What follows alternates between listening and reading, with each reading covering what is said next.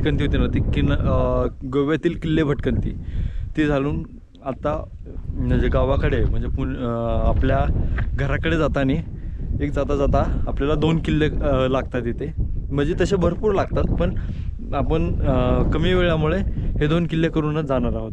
बाकीचे नंतर परत येऊ आपण, बाकीचे जे किल्ले राहिलेत ना ते करण्यासाठी. तर तुम्हाला या किल्ल्याबद्दल सांगतो. हा किल्ला कोल्हापूर जिल्ह्यातील चांदवड तालुक्यात येतो आणि या किल्ल्याला जवळपास 3 नाव आहेत म्हणजे, आणि 3 नाव आहेत म्हणजे ते आपल्या इतिहासात ते जे आणखीन विविध नाव आहेत ते काही आपल्या बोलण्यानुसार किंवा काळानुसार ते थोडेसे बदलत होत गेलेत.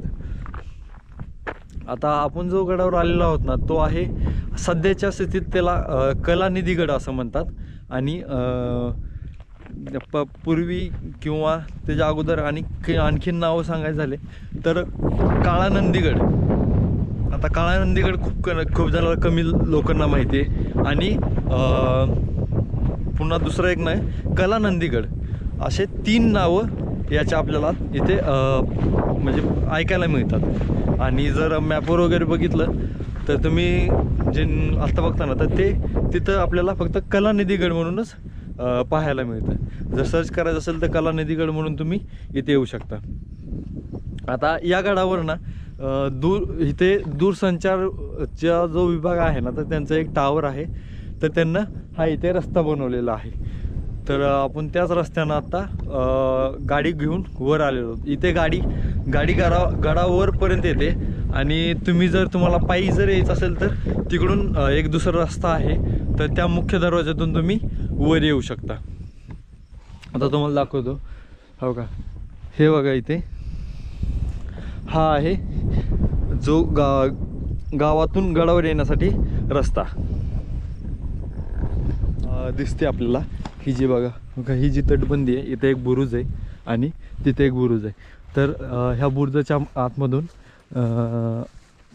काढून हा रस्ता केला आहे. म्हणजे हा इथली जी तटबंदी आहे ना ती दूरसंचार विभागाने तोडली असावी आणि त्या रस्ता बनवला असावा हे असं दिसून येतं. आता तटबंदीचे जे दगड आहेत ना तर ते असे रचले गेलेले आहेत आणि तटबंदी तोडून रस्ता तयार केलेला आहे.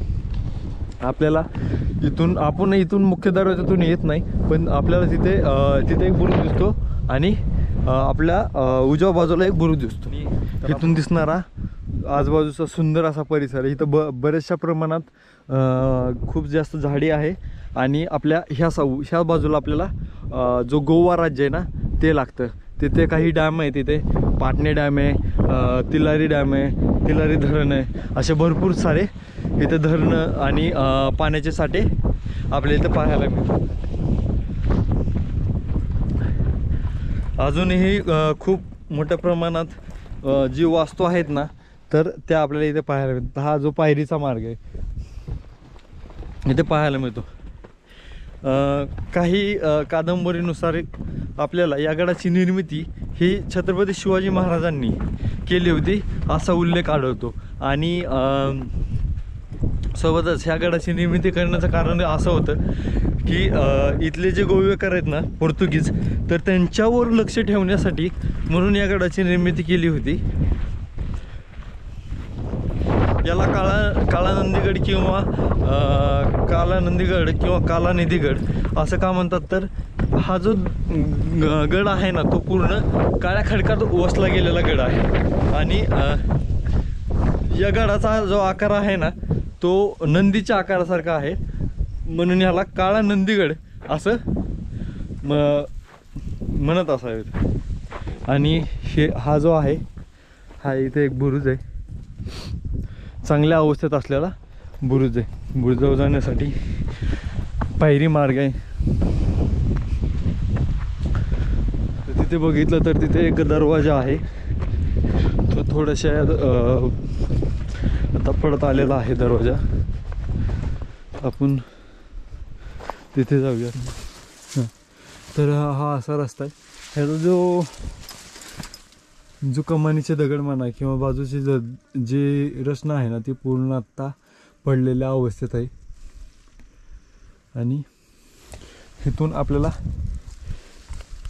गडामध्ये प्रवेश तर सध्या तरी करता येत नाही, त्या काळी करत असावेत.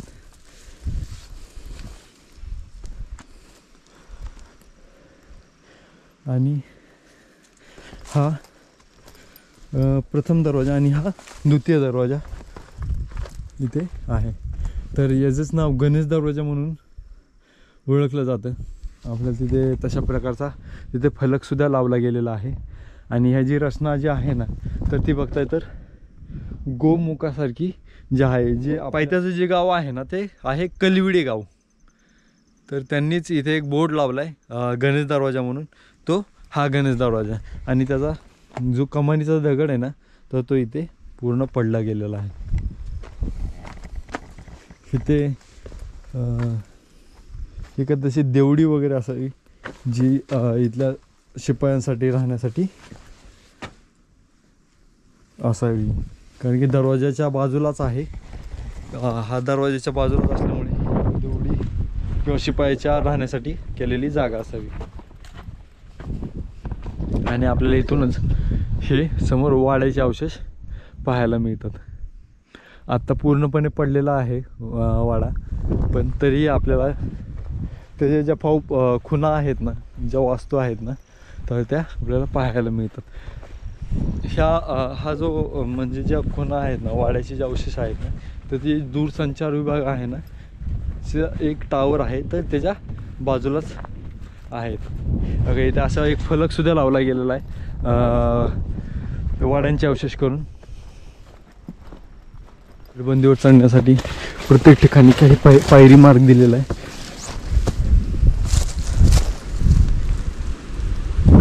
आणि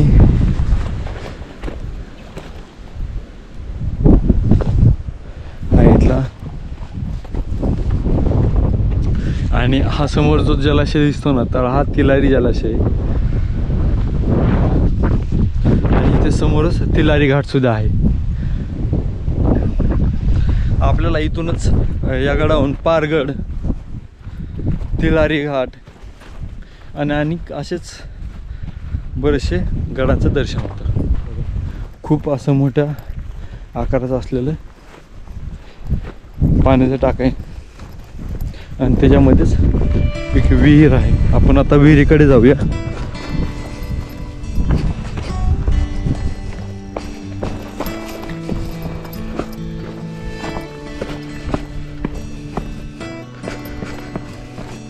खाली उतरण्यासाठी सुद्धा रस्ता आहे आपल्याकडे.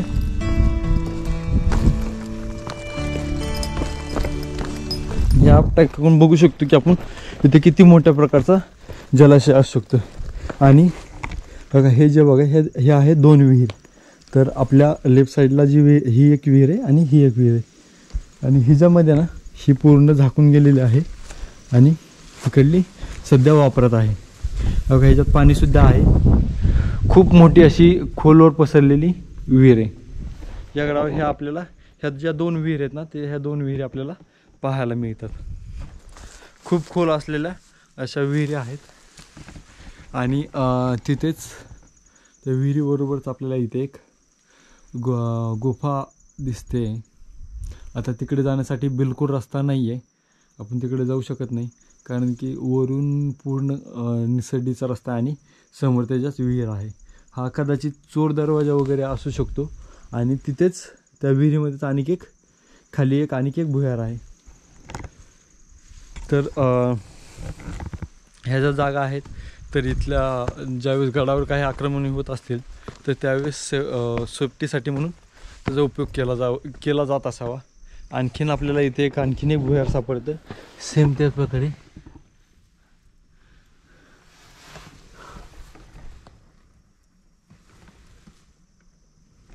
तर इथे एक आहे भुयार. ते पलीकडून ओपन झालेलं दिसतंय. हां तर हेच भुयार आहे. हे इथून इकडे ओपन झालंय. तर इथून गेलं आणि इकडे निघले. तर असा काही भुयारी मार्ग आहे इथे. पूर्ण कोरीव आहे पण या गडाचा परिसर खूप मोठा आहे आणि त्यासोबतच आपल्याला या गडावरून पारगड, गंधर्वगड, महिपालगड असे बरेचसे किल्ले आपल्याला इथं पाहायला मिळतात. सोबतच तिलारी घाट, आंबोली घाट सुद्धा इथून आपल्याला नजरेस पडतो. आणि ह्याच्यानंतरच आपण आता गंधर्वगड म्हणून एक आहे इथून दिसतो आपल्याला, तर त्या गंधर्वगडावर आपण जाणार आहोत. जवळच असलेला किल्ला आहे आणि सोप्या श्रेणीचा सुद्धा किल्ला आहे. हा सुद्धा सोप्या श्रेणीचा किल्ला आहे. इथे या किल्ल्याचा जो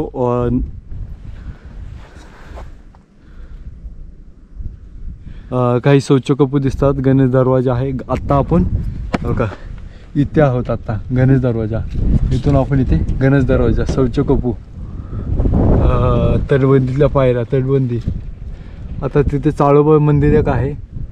बाजारपेठ सुद्धा आहे. टेहाळी बुरुज आहे. घराचे जोते, किल्ल्याअंतर्गत भुयारी मार्ग. हा का हे जे बघा आत्ता आपण जे पाहिले ना किल्ल्याअंतर्गत भुयारी मार्ग आणि ते विहीर, तर ते तिथे आहे. आता भवानी मंदिर जर बघितलं तर इथे भवानी मंदिर सुद्धा आहे. वाड्याचे अवशेष बघितले, तुळशी वृंदावन, धान्य कोठार सुद्धा आपण आता बघणार आहोत. धान्य कोठार तिकडे जाणार आहोत. बाजारपेठ. आणि इथे सुद्धा एक टीप दिलेला आहे की हा किल्ला कोल्हापूर जिल्ह्यातील कलानिधीगड हा असाच एक देखणा किल्ला आहे. सभासद बकरीनुसार, जी मागा मी बोललो तुम्हाला, तर त्याच्यानुसार हा किल्ला शिवरायांनी वसवलेला. जे आता म्हणजे बऱ्याच लोकांना माहिती नसेल की शिवाजी महाराजांनी सगळे किल्ले जिंकले, पण त्यांनी जे काही आता सभासद बकरीनुसार ना त्यांनी 111 किल्ले वसवले गेले. तर त्यातच हा किल्ला मोडतो. म्हणजे त्यांनी काय केले की 111 किल्ले नवीन तयार केलेले. तर त्या किल्ल्यामध्ये ह्या किल्ल्याचा समावेश आहे. आणि सिंधुदुर्ग आणि गोमंतकात उतरणाऱ्या घाटावर लक्ष ठेवण्यासाठी या किल्ल्याची निर्मिती केली होती. इथे असं भवानी मातेचं मंदिर आणि मातंगी देवीचं मंदिर इथे पाहायला मिळतं. त्यासोबतच आपल्याला इथे 2 जे तोफा आहेत ना त्या तुटलेल्या अवस्थेत आपल्या इथे पाहायला मिळतात. पूर्ण तुटलेल्या अवस्थेत आहेत, निकामी असलेल्या तोफा आहेत. इथून पूर्ण तुटलेले हे जे कान आहेत ना ते पण तुटलेले आहेत. आणि आपण आता मंदिरात जाऊया.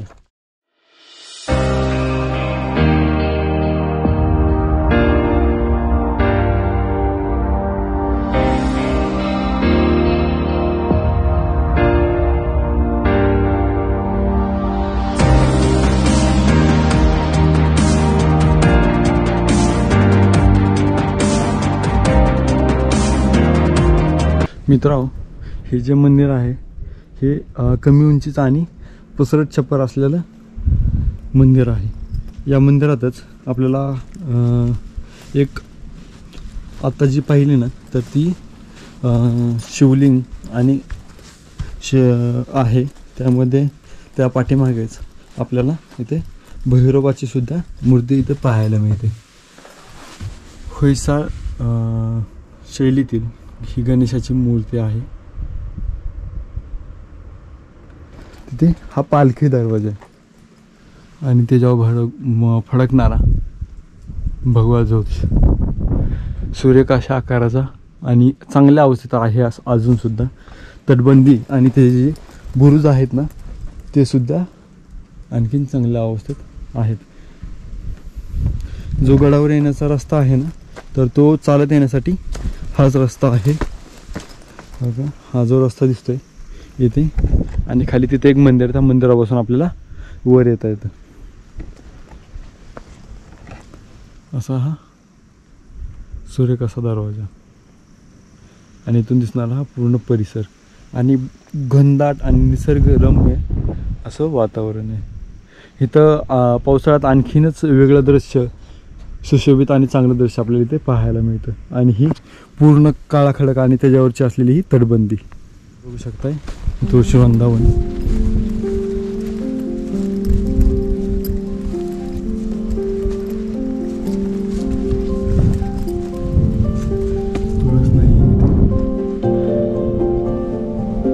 आपण ते दूरसंचाराच्या पाठीमागे आल्यानंतर आपल्याला इथे एक अशी विशिष्ट रचना पाहायला मिळते. आणि इथून या तटबंदीवर जाण्यासाठी सुद्धा पायरी मार्ग आहे. ही पूर्ण तटबंदी आहे हा इथपर्यंत जो झाड दिसत नाही इथपर्यंत काळा खडक आहे आणि तिथून वरी तटबंदी बांधली गेलेली आहे. आणि सोबतच जे इथे आपल्याला इथे एक आणखीन एक अशी विशिष्ट रचना पाहायला मिळते. हा बघा, ही जी रचना आहे ती इथून पूर्ण इथून ओपन झाली आहे आणि हे दिसतंय इथून ही अशीच इकडे ओपन झाली आहे आणि इथून खाली बाहेर ओपन झाली आहे. इथं सोबतच तटबंदीत असलेलं आपल्याला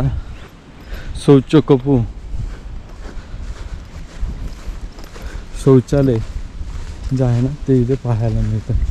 इथे तसा बोर्ड पण लावला आहे शौचकूप. तर हे आहे शौचकूप बघा. ही जी विशिष्ट रचना जी असते ना तर इथे पाहायला मिळते. ही अशी रचना आहे. कदाचित ते जे आहे ना ते पण शौचकूपच आहे, कूप आहे आणि हे पण आहे. कारण त्याची जी बाजूची जी तटबंदी आहे ना ती पडलेली आहे आणि ही अजून चांगल्या अवस्थेत असल्यामुळे ना इथे आहे. आता ही बघता सेम ही रचना आणि इथं एक असावं, कारण की इथं पण तशीच रचना दिसते. आता इथं आल्यानंतर आपल्या इथे गडभ्रमंती संपते, कारण की हा शेवटचा बुरुज आहे. फिरण्यासाठी खूप जास्त वेळ काही लागत नाही. आणि इथे एक आणखीन एक शौचकूप आपल्याला पाहायला मिळते. आणि हा शेवटचा बुरुज. इथे आपल्याला भगवा ध्वज फडकताना दिसतोय आणि इथला हा शेवटचा बुरुज. इथली तटबंदी मात्र पडलेली आहे. इथून दिसतो परिसर. तिथे एक मंदिर आहे, त्या मंदिरापासून आपल्याला इथून असाच वर येण्यासाठी रस्ता आहे. चांगली पाऊल वाईट आहे, पाऊल वाट मळलेली आहे, तर तुम्ही इथून वर येऊ शकता. आपण गडावर येताना ही जी दूरसंचार लाईटीची जी लाईन आहे तर ह्या लाईनला बघूनच आपण सोबत ही खून लक्षात ठेवून आपण गडावर यावं. कारण जेणेकरून तुम्ही तुमचा जो रस्ता आहे चुकणार नाही आणि तुम्ही व्यवस्थित गडावर येऊ शकाल. नमस्कार मित्र, आपली गडफेरी पूर्ण झाली आहे. तो आपलं नाही आहे, तुला हे आपलं नसू दे तरी पण घे. तर आपली गडफेरी पूर्ण झाली आहे. तिथून दिसणारा परिसर. आणि गड जरी छोटा असला ना, गड खूप जास्त मोठा नाही आहे. फिरण्यासाठी पण आपल्याला खूप झालं तर एक अर्धा तास लागतील अवशेष वगैरे बघायला सगळे. पण गडावर इतके अवशेष आहेत ना की आपल्याला प्रत्येक ठिकाणी पावला गणेश आपल्याला काही या इतिहासाच्या पाऊलखुणा आपल्याला बघायला मिळतात. इथे प्रत्येक ठिकाणी शौचकूप आहेत, मंदिरं आहेत, विहिरी आहेत, काही भुयारी मार्ग आहेत, पुन्हा इथे वाडे आहेत, काही अशा भरपूर गोष्टी इथं आपल्याला इथं पाहायला मिळतात.